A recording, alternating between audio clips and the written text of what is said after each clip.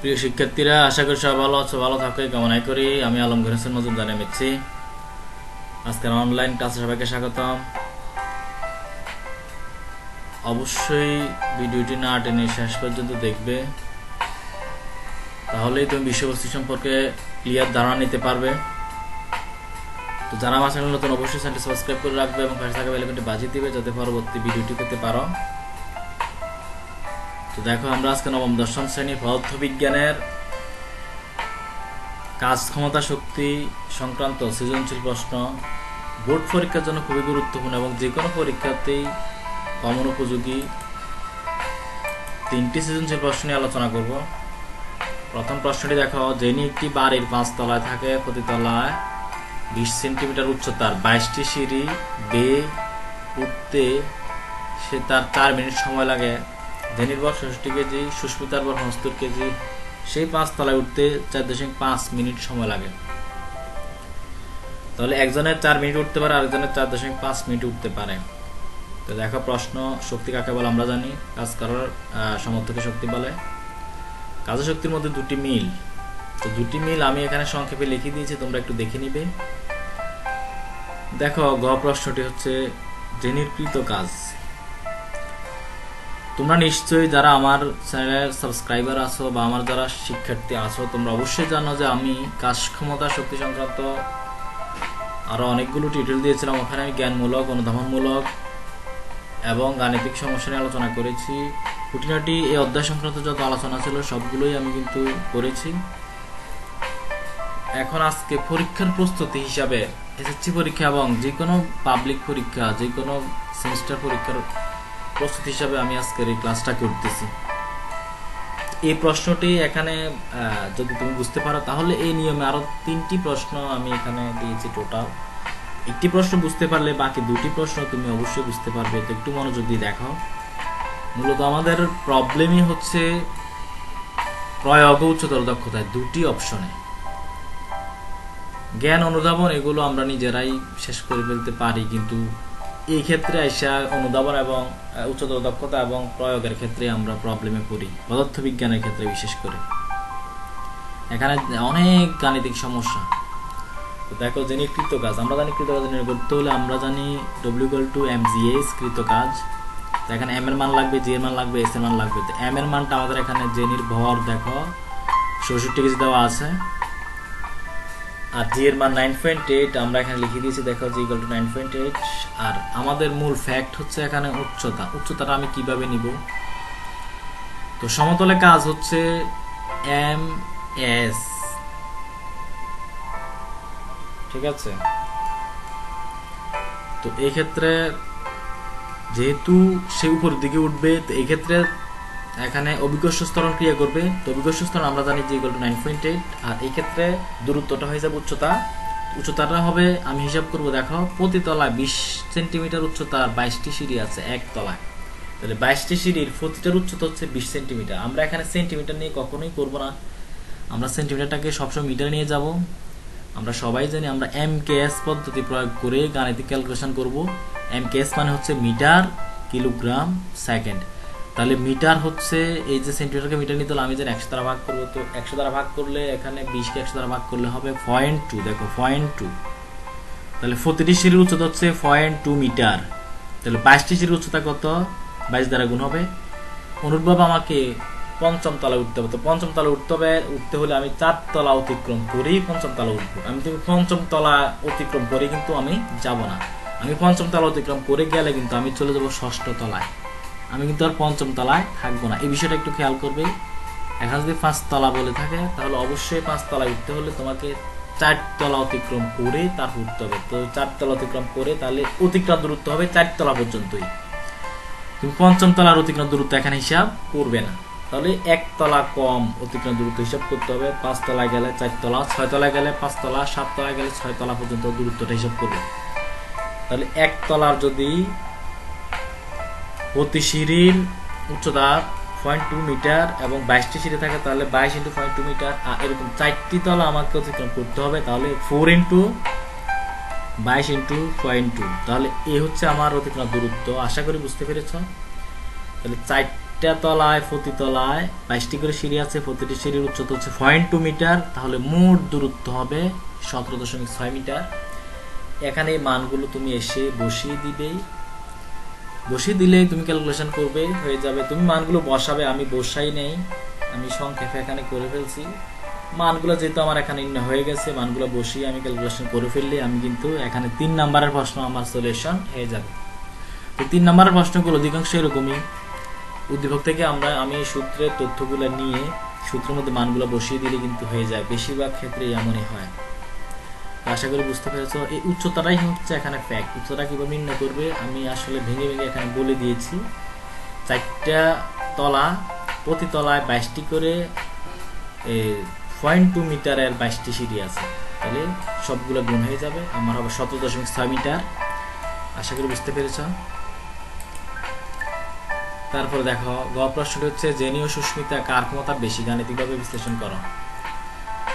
তো দেখো আমরা এটা চেষ্টা করি করার জন্য। গ হতে পাই জেনির কৃত কাজ 11,038.72 জুল, আর জেনি উঠতে সময় লাগে 4 মিনিট। 1 মিনিটে যদি হয় 60 সেকেন্ড, তাহলে 4 মিনিটে কত হবে তোমরা হিসেব করে নিবে, 240 সেকেন্ড। তাহলে সেই 240 সেকেন্ডে এত কাজ করতে পারে। আমরা জানি ক্ষমতা ইকুয়াল টু কৃত কাজ বাই সময়।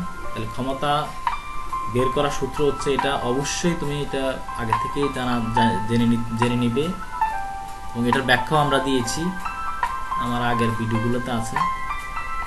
তাহলে এই হচ্ছে আমার কৃত কাজ, এই হচ্ছে সময়। তাহলে কৃত কাজ বাই সময় আমরা ভাগ করে আমরা কিন্তু ক্ষমতাটা পেয়ে যাব। অনুরূপভাবে সুস্মিতার ক্ষেত্রে ভর দেখো 75 কিলোমিটার, 75 কেজি আছে ভর, সময় আছে 4.5 মিনিট। তো মিনিটকে আমি সেকেন্ডে নিয়ে যাব 60 দ্বারা গুণ করে, 4.5 ইন্টু 60 এটাকে সেকেন্ডে নিয়ে যাব। আর জি এর মান হচ্ছে 9.8। উচ্চতা কিন্তু একই থাকবে, সেই 5 তলায় উঠবে।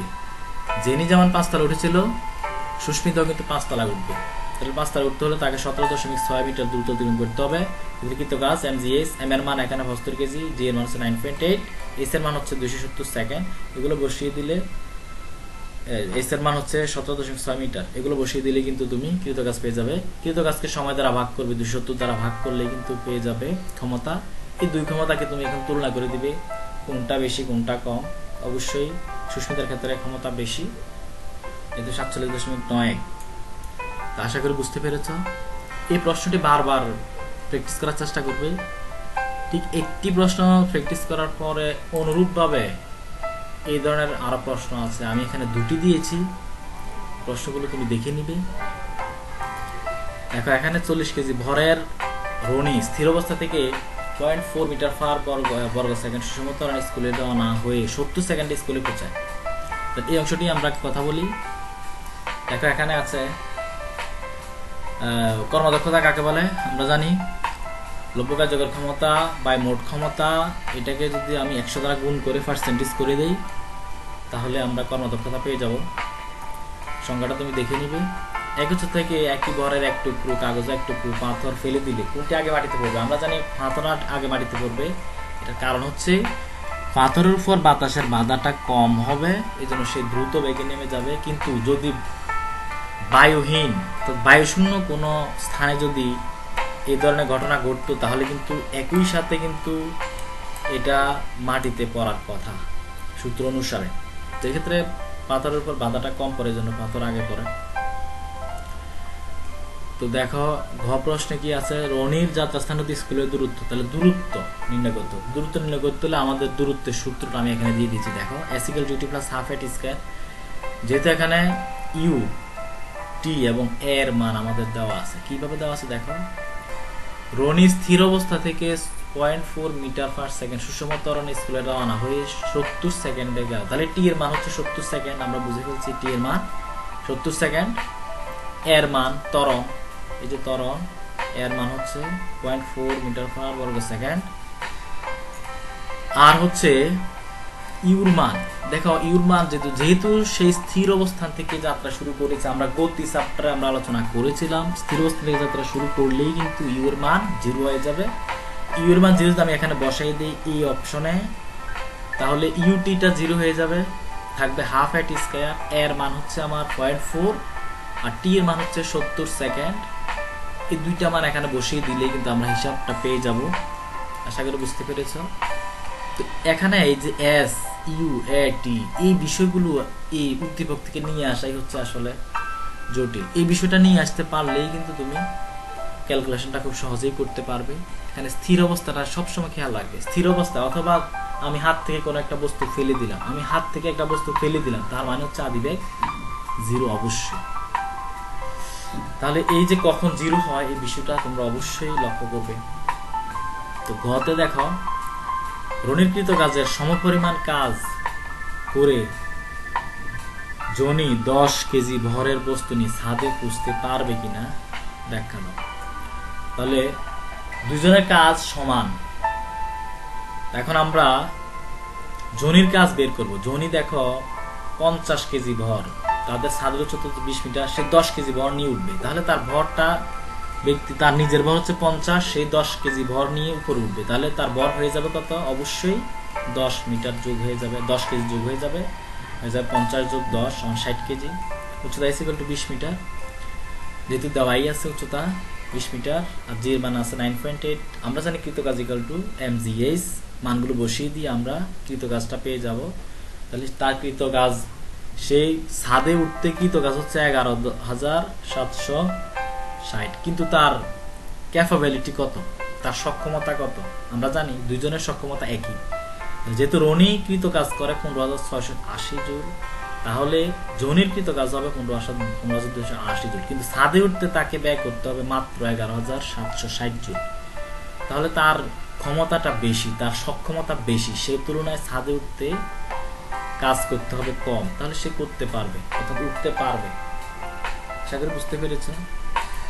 যেহেতু তার সক্ষমতা 15,680 জুল, কিন্তু তার ছাদে উঠতে লাগলো মাত্র 11,760 জুল, তাহলে সে ছাদে উঠতে পারবে। আশা করি বুঝতে পেরেছ।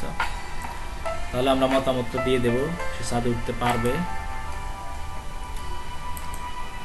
তারপর দেখো তৃতীয় সৃজনশীল প্রশ্নটি দিনাজপুর বোর্ড 2016-তে এসেছিল। এর আগে একটি ছিল ঢাকা বোর্ড 2020। দেখে নাও আবার, এই যে ঢাকা বোর্ড 2019-এ ছিল, এটি হচ্ছে দিনাজপুর বোর্ড 2016। এই ধরনের প্রশ্ন প্রায় এসে থাকে। একই প্রশ্ন, আগের দুটি প্রশ্ন যারা ভালোভাবে আত্মস্থ করবে, ভালোভাবে প্র্যাকটিস করবে, অবশ্যই 2-3 বার তুমি প্র্যাকটিস করতে হবে। করলে এই ধরনের যে কোনো প্রবলেম তোমাকে সহজেই সমাধান করতে পারবে। আশা করি আজকের ক্লাসটি ভালো লেগেছে। ভালো লাগলে অবশ্যই লাইক, কমেন্ট এবং বন্ধুদের সাথে শেয়ার করবে। এবং অবশ্যই যদি তোমার কোনো ক্লাসের রিকোয়েস্ট থাকে তাহলে অবশ্যই কমেন্টস করে জানাবে, আমি সেই অনুসারে তোমাদের ক্লাস দেওয়ার চেষ্টা করব। তোমাদের সেবাই আসলে আমার একমাত্র ধর্ম। তো দেখা হবে নতুন কোন ভিডিওতে। সে ভালো থাকো। আল্লাহ হাফেজ।